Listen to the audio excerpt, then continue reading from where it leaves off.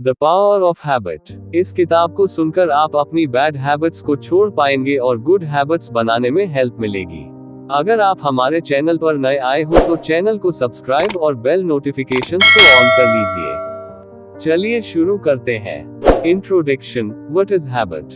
दोस्तों, बचपन से ही हमारा दिमाग तरह तरह की आदतें बनाना शुरू कर देता है, जैसे खाना खाना, कपड़े पहनना, ब्रश करना, नहाना आदि। जब इन चीजों को दिमाग एक बार सीख जाता है तो उसे इसकी आदत पड़ जाती है, फिर उसे वह ऑटोमेटिकली ही करने लग पड़ता है। लेखक ने हैबिट की डेफिनेशन यह बताई है, हैबिट एक फॉर्मूला है जिसे हमारा दिमाग बिना ज्यादा सोचे समझे फॉलो कर सकता है। Chapter 1 habit loop. इस चैप्टर में बताया गया है कि हमें कोई भी आदत कैसे लग जाती है। इसके लिए हमें हैबिट लूप समझना पड़ेगा। हैबिट लूप में 3 चीजें आते हैं, क्यू, रूटीन एंड रिवॉर्ड। सारी आदतें इसी लूप की वजह से बनती हैं। आइए देखते हैं कैसे। 1. क्यू। सबसे पहले हमें क्यू मिलता है। क्यू का मतलब होता है कोई ट्रिगर, ऐसी चीज जो हैबिट शुरू कर देती है। क्यू कई तरह के हो सकते हैं, विजुअल, ऑडियो, थॉट्स, स्मेल आदि। अगर कोई आदमी सिगरेट पीता है तो सिगरेट का फोटो देखकर उसे क्यू मिलता है। ये देखकर वह भी सिगरेट पीना शुरू कर सकता है, तो इस तरह वह फोटो विजुअल क्यू हुआ। इसी तरह अगर वह रेडियो पर सिगरेट का डिस्कशन सुनता है तब भी वह सिगरेट पीना शुरू कर देगा, क्योंकि उसे ऑडिबल क्यू मिलता है। ऐसे ही अगर अकेले बैठे हो और सिगरेट के विचार आ जाएं तो वे भी क्यू बन जाते हैं। दोस्तों की कंपनी भी क्यू का काम कर सकती है, क्योंकि दोस्त जब सिगरेट पीने की बात करने लगते हैं तो दूसरा आदमी भी पीने के लिए रेडी हो जाता है। 2. रूटीन। क्यू मिल जाने के बाद शुरू होती है हैबिट की दूसरी स्टेज, जिसे रूटीन कहते हैं। क्यू तो सिर्फ सिग्नल की तरह होता है, लेकिन जब आदमी हैबिट को प्रक्रिया करने लगता है, उसी को रूटीन कहते हैं। जैसे सिगरेट जलाने और कश लेने की प्रक्रिया रूटीन हुई। 3. रिवॉर्ड। हैबिट की तीसरी स्टेज है रिवॉर्ड यानी इनाम। जब भी हम किसी हैबिट को पूरा करते हैं तो हमें तरह तरह के रिवॉर्ड मिलते हैं। बुरी आदतों से ब्रेन में डोपामिन रिलीज होता है, जिससे आदमी को खुशी और यूफोरिया का एहसास होता है। लेकिन कुछ अच्छी चीजें करने पर भी जब दूसरे लोग हमारी तारीफ करते हैं या बधाई देते हैं तो भी ब्रेन में डोपामिन रिलीज होता है, और उससे भी हमें गर्व या खुशी महसूस होती है। उसे भी दिमाग रिवॉर्ड की तरह लेता है। तो दोस्तों, यही है हैबिट लूप, और इसी लूप में बंधकर आदमी सारे काम करते हैं। Chapter 2 craving. दोस्तों, जब हमें किसी चीज की हैबिट हो जाती है तो फिर हम उसे बिना सोचे समझे करने लगते हैं, मानो वह काम ऑटोमेटिक हो रहा हो। जैसे जब हम बाइसिकल चलाना या स्विमिंग करना सीख जाते हैं तो फिर आंख बंद करके भी उस काम को कर सकते हैं। बैड हैबिट्स में भी ऐसे ही होता है। स्मोकिंग या अल्कोहल की आदत पड़ने पर आदमी बार बार उसे करना लगता है। उसका एक ब्रेन कहता है छोड़ दो, फिर भी वो आसानी से छोड़ नहीं पाता। उसे पता ही नहीं चलता कि कब उसने सिगरेट पी ली या अल्कोहल की बोतल खाली कर दी। इसका कारण क्रेविंग्स है। जब कोई शराबी शराब नहीं पी रहा होता है तो उसके दिमाग में क्रेविंग्स शुरू हो जाती है। दिमाग सोचता है कि फिर से रिवॉर्ड कैसे मिले, ताकि वो खुशी महसूस कर सके। इसलिए वह उस शराबी को क्रेविंग्स की स्ट्रॉन्ग डिजायर दे देता है, जिस पर उसका कंट्रोल नहीं चलता। फिर वह आदमी हैबिट की रूटीन शुरू कर देता है। अगर अल्कोहल की फोटो या एड देखे तो भी ट्रिगर या क्यू मिल जाता है। तो इस तरह से हैबिट लूप फिर से शुरू हो जाता है। आइए 2 रोचक एग्जाम्पल्स पढ़ते हैं, जिसमें क्रेविंग्स का इस्तेमाल प्रोडक्ट बेचने के लिए किया गया था। वे 2 प्रोडक्ट थे, पेप्सोडेंट और फब्रीज। पेप्सोडेंट तो आपने सुना ही होगा, जो कि एक टूथपेस्ट है। इसकी सफलता के पीछे क्लॉड हॉपकिंस का हाथ था। उन्होंने देखा कि लोगों को ब्रश करने के बाद पेप्सोडेंट का टिंगली टेस्ट अच्छा लगता था। उन्होंने एड में इसी का इस्तेमाल किया। इससे लोगों को भी क्यू मिला और टिंगली टेस्ट की क्रेविंग्स भी होने लगी। इसलिए वे बार बार पेप्सोडेंट खरीदते रहे, ताकि उन्हें ब्रश करने के बाद मुंह में टिंगली टेस्ट फील होता रहे। उन्हें इसकी क्रेविंग्स होने लगती थी। दूसरा प्रोडक्ट था फब्रीज, जिससे फर्श पर पोछा लगाया जाता है। पहले इस प्रोडक्ट में कोई भी फ्रेग्रेंस नहीं था, लेकिन कंपनी ने फिर से क्रेविंग्स का इस्तेमाल किया। उन्होंने इसमें फ्रेग्रेंस दी। जब कोई पोछा लगाता है तो उसे सुगंध आती थी। उन्हें सुगंध की आदत हो गई। तो लोग अब इसलिए फ्रेज़ें खरीदने लगे क्योंकि उन्हें पता था कि इससे उन्हें वही सुगंध मिलेगी और उन्हें अच्छा फील होगा। तो देखा दोस्तों, किस तरह हैबिट के इस साइकोलॉजिकल इफेक्ट को मार्केटिंग में भी इन इंटेलिजेंट लोगों ने इस्तेमाल किया, जिससे उनके प्रोडक्ट की सेल लाखों गुना बढ़ गई। इसके बाद मैक्सिमम एडवर्टाइजमेंट्स में इन प्रिंसिपल्स को यूज किया जाता है। हमें इन प्रोडक्ट्स की हैबिट लगा दी जाती है। अब इस संदर्भ में एक रोचक एक्सपेरिमेंट के बारे में भी पढ़ लेते हैं। Julio the monkey. जूलियो नाम के बंदर पर एक रिसर्च की गई थी। उसे स्क्रीन पर ब्लैकबेरी की फोटो दिखाई जाती थी। फिर वह एक लीवर खींचता था तो उसे ब्लैकबेरी का जूस मिलता था, जो उसके लिए रिवॉर्ड की तरह काम करता था। ऐसे ही बहुत बार किया गया। हर बार उसके ब्रेन को स्कैन भी किया जाता था। जब उसे जूस मिलता था तो उसके ब्रेन में एक्टिविटी काफी बढ़ जाती थी। अंत में उसे ब्लैकबेरी की सिर्फ फोटो दिखाई गई लेकिन जूस नहीं दिया गया। लेकिन ब्रेन स्कैन से पता चला कि उसके ब्रेन में एक्टिविटी बहुत बढ़ गई है। इसका मतलब ये हुआ कि हैबिट में एक स्टेज ऐसी आती है जब सिर्फ क्यू देखकर ही हमारे ब्रेन की एक्टिविटी बढ़ जाती है। यह एक्टिविटी क्रेविंग्स के कारण होती है। एक शराबी अगर टीवी पर किसी को शराब पीते देख ले तो उसमें जबरदस्त क्रेविंग्स बढ़ जाती है। इस एक्सपेरिमेंट से ही हैबिट्स के एडिक्टिंग नेचर का पता चला था। Chapter 3 replace bad habits with good ones. दोस्तों, ऊपर के चैप्टर में हमें हैबिट लूप और क्रेविंग्स के बारे में पता चल चुका है। इस चैप्टर में बताया गया है कि हम अपनी बुरी आदतों को कैसे छोड़ सकते हैं। इसके लिए एक गोल्डन रूल याद रखिए, आदतें रिप्लेस की जा सकती है। इसका मतलब है अगर किसी को स्मोकिंग छोड़नी है तो ऐसा नहीं है कि सिर्फ उसे सिगरेट को छोड़ देना है।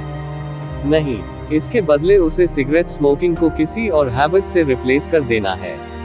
लेकिन जरूरी ये है कि उस नई हैबिट में रिवॉर्ड और क्यू शामिल हो, क्योंकि ब्रेन रिवॉर्ड हमेशा चाहता है।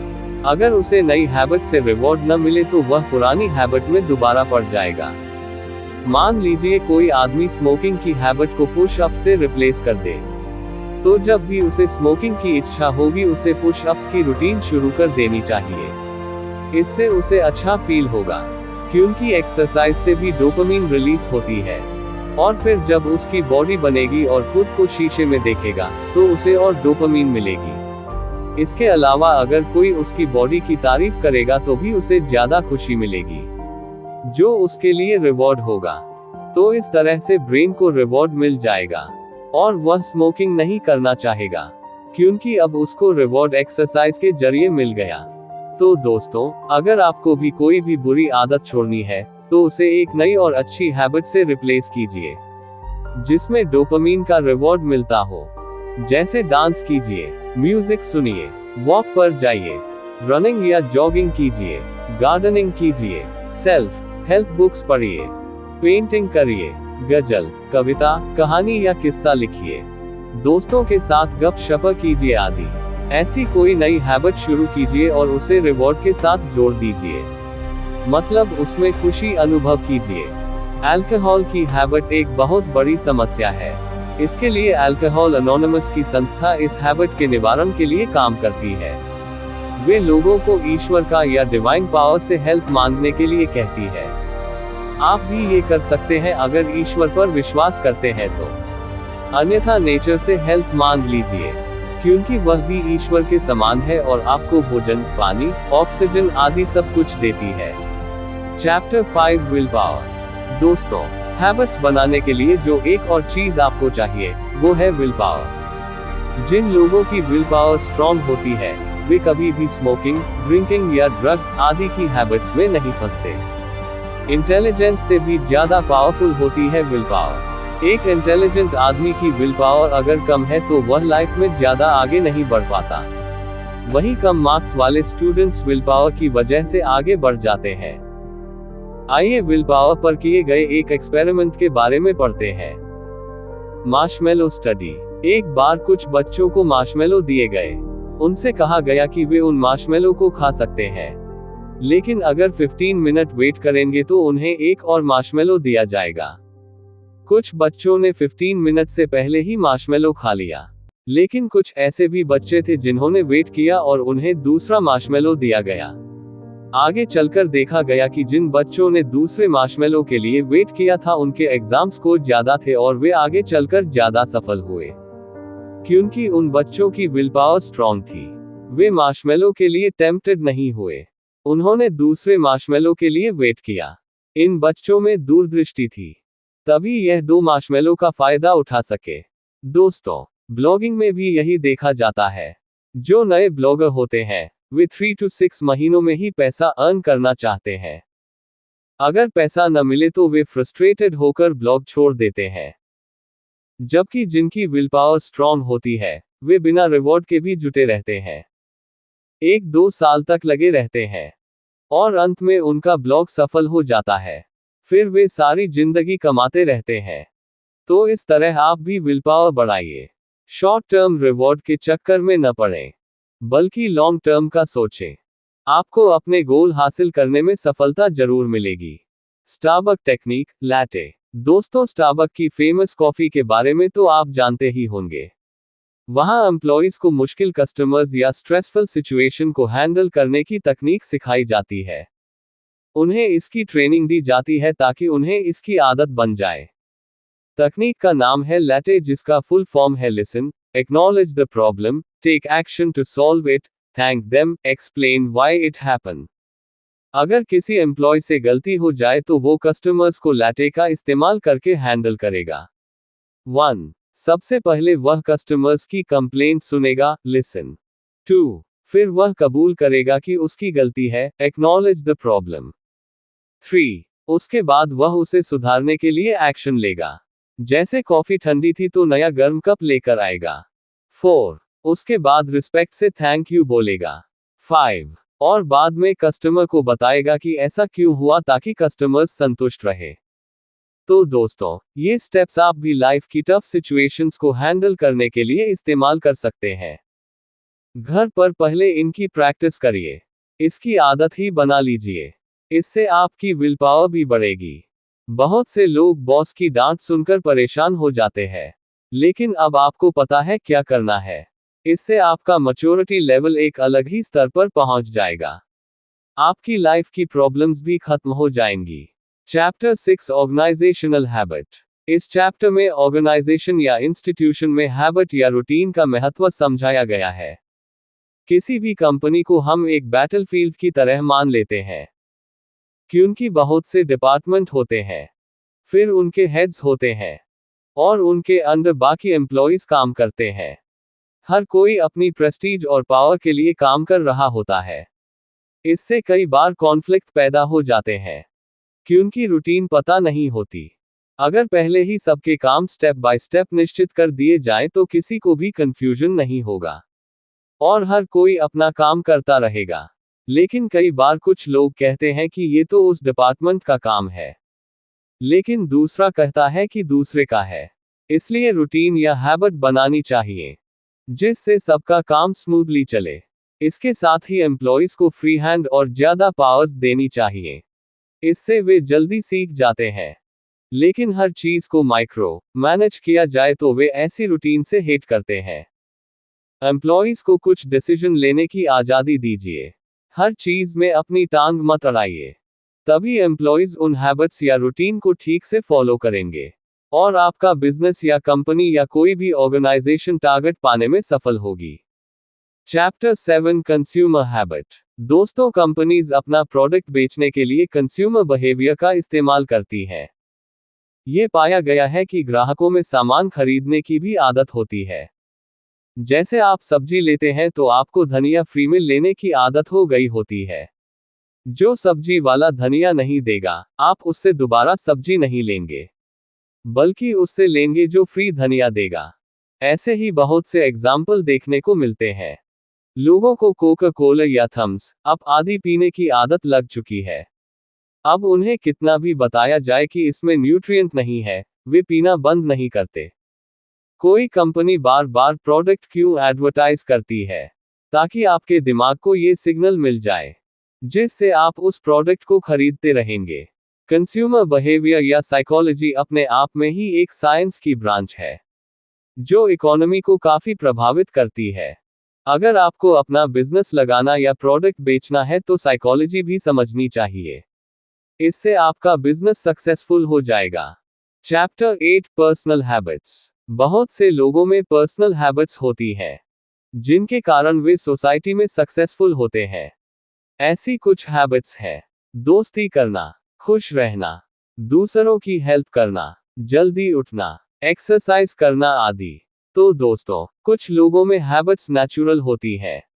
जैसे कुछ लोग स्वभाव से एक्सट्रोवर्ट होते हैं, वे बहुत खुले दिल के होते हैं और जल्दी दूसरों से घुल मिल जाते हैं। वे जल्दी से दोस्त भी बना लेते हैं। कुछ लोग इंट्रोवर्ट होते हैं, वे शाय होते हैं तथा जल्दी किसी को दोस्त नहीं बनाते। इंट्रोवर्ट होना बुरी बात नहीं है।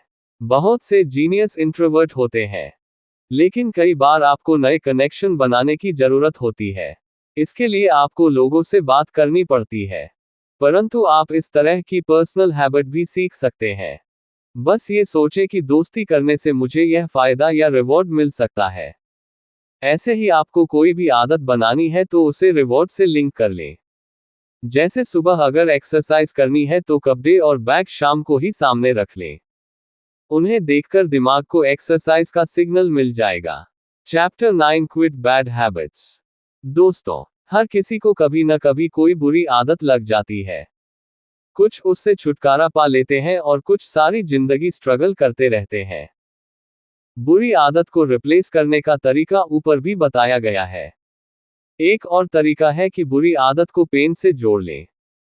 अल्कोहल की आदत है तो ये सोचें कि लिवर खराब होगा, कैंसर हो जाएगा, हॉस्पिटल का बिल भरना पड़ेगा, मतलब लाइफ पेन ही पेन से भरी होगी। फिर फैमिली मेंबर्स और फ्रेंड्स को बोले कि आपकी मदद करें, इस सफर में आपका साथ दें। क्योंकि विथड्रॉल सिम्टम्स के दौरान आदमी बहुत गुस्सा करता है, चिड़चिड़ा हो जाता है, सिर दर्द, बॉडी एक, इंसोम्निया आदि होने लगता है। ऐसे में परिवार का उन्हें समझना और उनकी मदद करना बहुत जरूरी है। इसके बाद आप बुरी आदत को क्यों से रिप्लेस करने की सोचें। फैमिली मेंबर्स आपको नई आदत के बारे में क्यों देते रहेंगे, वे आपको याद दिलाते रहेंगे। इससे आपको नई आदत डालने में आसानी होगी। जैसे रोज आधा घंटा घूमने जा सकते हैं या स्विमिंग करने, जो भी आपको अच्छा लगे। इस तरह पेन एंड प्लेजर का बैलेंस बिठाकर आप अपनी जिंदगी को बैलेंस कर सकते हैं तथा एक खुशी और सफलता से भरी जिंदगी जी सकते हैं। आपका बहुमूल्य समय देने के लिए धन्यवाद। अगर आपको ये वीडियो अच्छा लगा हो तो हमारे इस YouTube चैनल रिच वाणी को सब्सक्राइब करिए, वीडियो को लाइक करिए और अपने परिवार मित्रों के साथ जरूर शेयर करिए। भविष्य में आप और किस टॉपिक पर वीडियो देखना सुनना चाहते हैं उसके लिए कमेंट करिए। मिलते हैं नेक्स्ट वीडियो में। Thank you.